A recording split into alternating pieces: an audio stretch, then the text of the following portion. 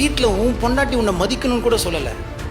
ஒரு நல்ல ரிலேஷன்ஷிப்னா நீங்க இல்லாதப்பயும் உங்க பிரசன்ஸை நினைச்சு ஏங்கணும்.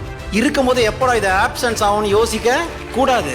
நீ பெத்த பிள்ளைய உன் பேச்சை கேட்க மாட்டேங்குது, நீ பெத்த பொண்ணை உன்னை மதிக்க மாட்டேங்குது. வளர்ந்துட்ட அப்புறம் இல்ல, வளரும் போதே. ஆனா யாரோ பெத்த பொண்ணு உனக்காக அவங்க கனவை இழந்துட்டு உன் கனவுக்கு வாழ்றாங்களே, நீ ஃப்ரெண்டா தான் இருக்கணுமாங்க, உயிராவே இருக்க தேவையில்ல. அதனாலதான் இதுக்கு பேரு புருஷ லட்சணம் வச்சானா இறைவனோட லட்சணமா இது? 60 வயசு ஆனாலும் 70 வயசு ஆனாலும் அவங்க வாழ நினைச்ச வாழ்க்கையை வாழ முடியாம இன்னைக்கு இருக்காங்கிறது அவங்களுக்கு தான் தெரியும். வைர நகை வச்சிருக்கலாம், ஏன் அமெரிக்காலே பெரிய அப்படியே 10 ஏக்கர்ல வீடு வச்சிருக்கலாம். இருந்தாலும் அது மனசளவுல குழந்தை தான். ஏன் நீங்க பெற்றது பிறந்த குழந்தை, நீங்களாம் வளர்ந்த குழந்தை, அவ்வளவுதான் உண்மை. இதை புரிஞ்சுக்கணும் ஃபர்ஸ்ட். எத்தனை பேருக்கு புரியுது?